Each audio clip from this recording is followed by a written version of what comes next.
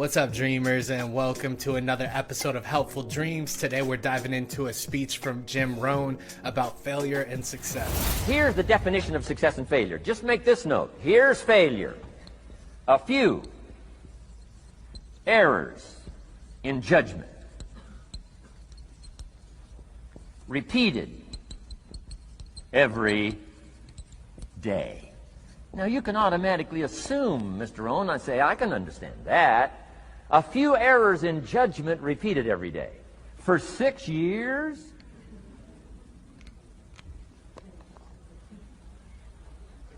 I'm with my father. I think I told this story the last time I was here. My father, 88 years old, he's never been ill, still hasn't retired. Not long ago, midnight, we're getting ready to go to bed. We've drilled a new well, got some extra water, got some more acres going. He's all excited. At midnight, we're getting ready to go to bed. My father's eating what he calls his midnight snack. A little bite to eat before you go to bed. Don't have to go to bed hungry. And I'm watching him eat this midnight snack. Guess what he had? An apple, a few graham crackers, and a glass of grapefruit juice. I said, no wonder my father's so healthy. My mom taught us all those good health practices. Taught me when I'm growing up, right? I'm an only child. I've never been ill. Passed the big 5-0 some time ago. My 2 daughters, 32, 33, never been ill. My grandkids, never been ill. I'm telling you, the legacy lingers on. As I watched my father have this midnight snack, suddenly occurred to me. I know that's part of it. An apple, what? A day. That's gotten to Dallas-Fort Worth, right? An apple. An apple a day keeps the doctor away. Good question for this intelligent audience. What if that's true? You say, well, Mr. Rohn, if that's true, that would be easy to do. Then what's the problem? It's easy not to do. It's easy not to adopt it as your own personal philosophy. Or the guy messed up the saying. Guy says a Hershey bar a day. Say, no. No. You've been watching too much television. It is not Hershey bar. You got to be smarter in philosophy than to fall for the Hershey bar a day when it's an apple a day. You've got to be smarter than that. And if you make that kind of an error in judgment every day for 6 years, I'm telling you, it'll accumulate into disaster. Sometimes the first year you say, well, you know, I'm so healthy now, what difference is it going to make? You've got to be smarter than that. Just because disaster doesn't fall on us at the end of the first day doesn't mean disaster isn't coming. You've got to be so smart that you look down the road and say, will the errors in my present judgment of philosophy, what's that going to cost me in 1 year, 6 years, 1 month, 6 months? I'm telling you, the money cost and the health cost and the success cost is too gigantic if you'll look down the road a little ways and say, are there errors in my current judgment like an apple versus a Hershey bar? Is that just a good illustration of some of the rest of my errors in judgment? If it is, that's where I found myself at age 25. I started working when I was 19. I met my teacher who helped turn my life around when I was 25. That's 6 years. At the end of the first 6 years of my economic life, I've got pennies in my pocket. I've got nothing in the bank. The creditors are calling saying, hey, you told us the check was in the mail. I'm embarrassed. I'm behind on my promises. I live in America. I'm 25-year-old American male. I got a nice family, every reason to do well. And I'm messed up. Now, what's messed up? I used to think it was the community that was messed up, and the country was messed up, and the government was messed up. If those Democrats ever get in the White House, that'll really mess things up. If the Republicans stay in power, that'll really mess things up. The economy was messed up. Interest rates are messed up. I thought all this stuff was messed up. Then I found out that's not what was messed up. I was criticizing the only thing I had to work with. What was really messed up was my own personal philosophy. My own errors in judgment in my own personal philosophy brought me in 6 years to pennies in my pocket, nothing in the bank, and trying to explain why I wasn't doing well, living in America, 25-year-old American male, got a family, every reason to do well.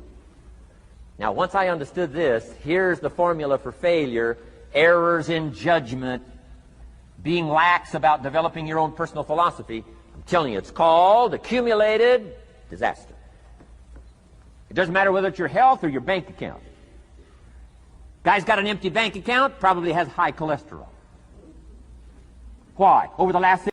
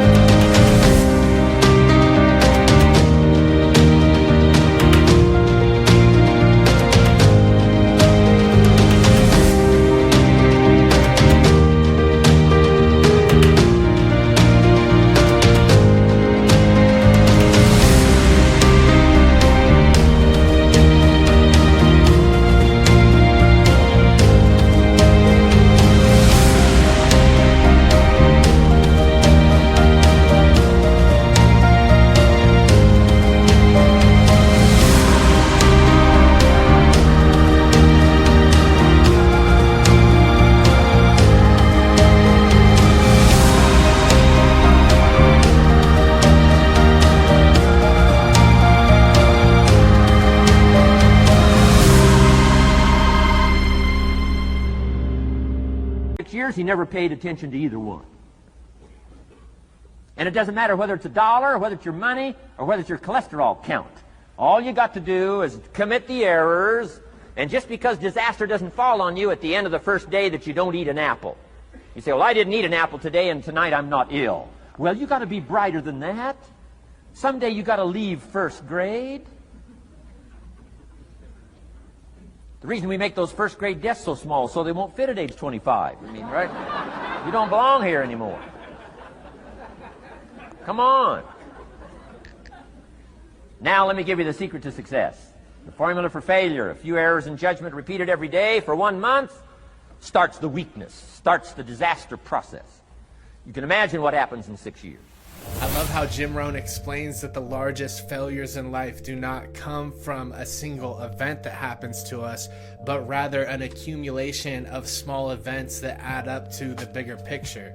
I feel like so many people fall short of their goals because they don't recognize that our major failures are an accumulation of wrong actions, and our biggest successes are an accumulation of our disciplines.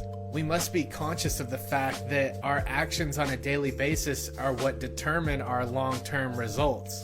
We can gain so much from simply auditing our daily activities and identifying if they're truly serving us or not. The first step to implementing positive disciplines in your life that will make the difference is to identify where you struggle on a daily basis. We can start this process by writing down what we do day to day and figuring out what is working against us and working for us. The next step is looking at what the positive actions are and what past successes we've accomplished from those actions. Doing this will help us realize our strengths as well as certain times and situations that we're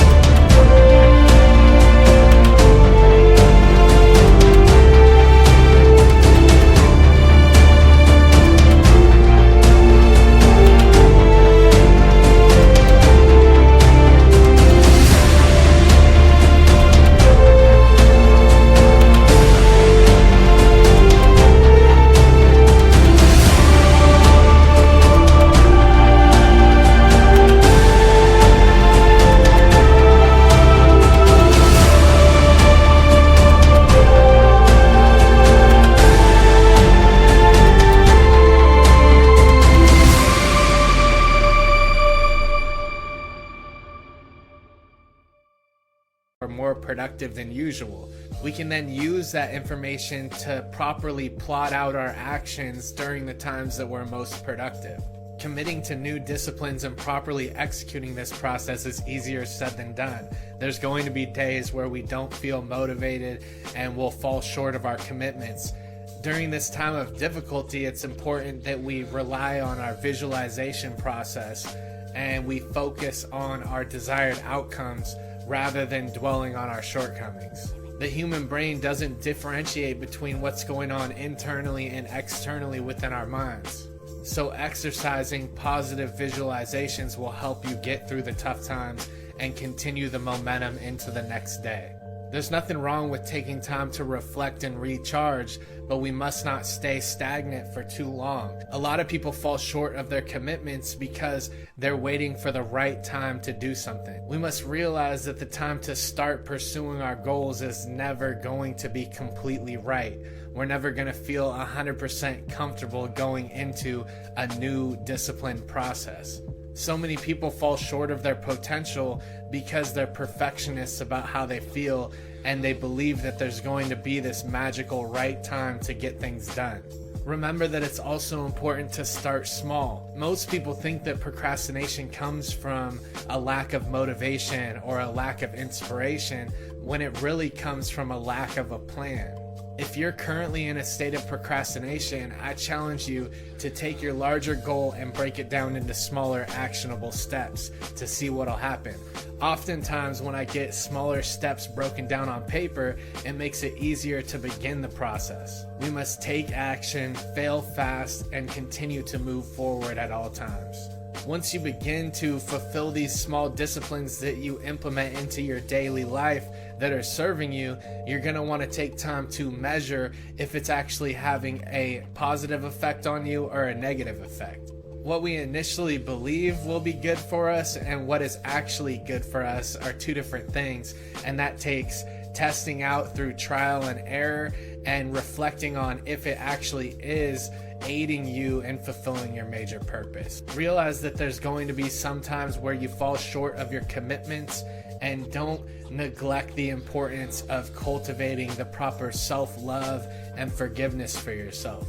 We must consciously be aware of the fact that building up these small positive disciplines each day is a process, and it's not going to be perfect each day. What's important is that we show up every day ready to do the best that we can and move further towards our ultimate goals. This concludes our time for today. If you enjoyed this content, please subscribe to help spread the message, and I'll see you guys in the next one.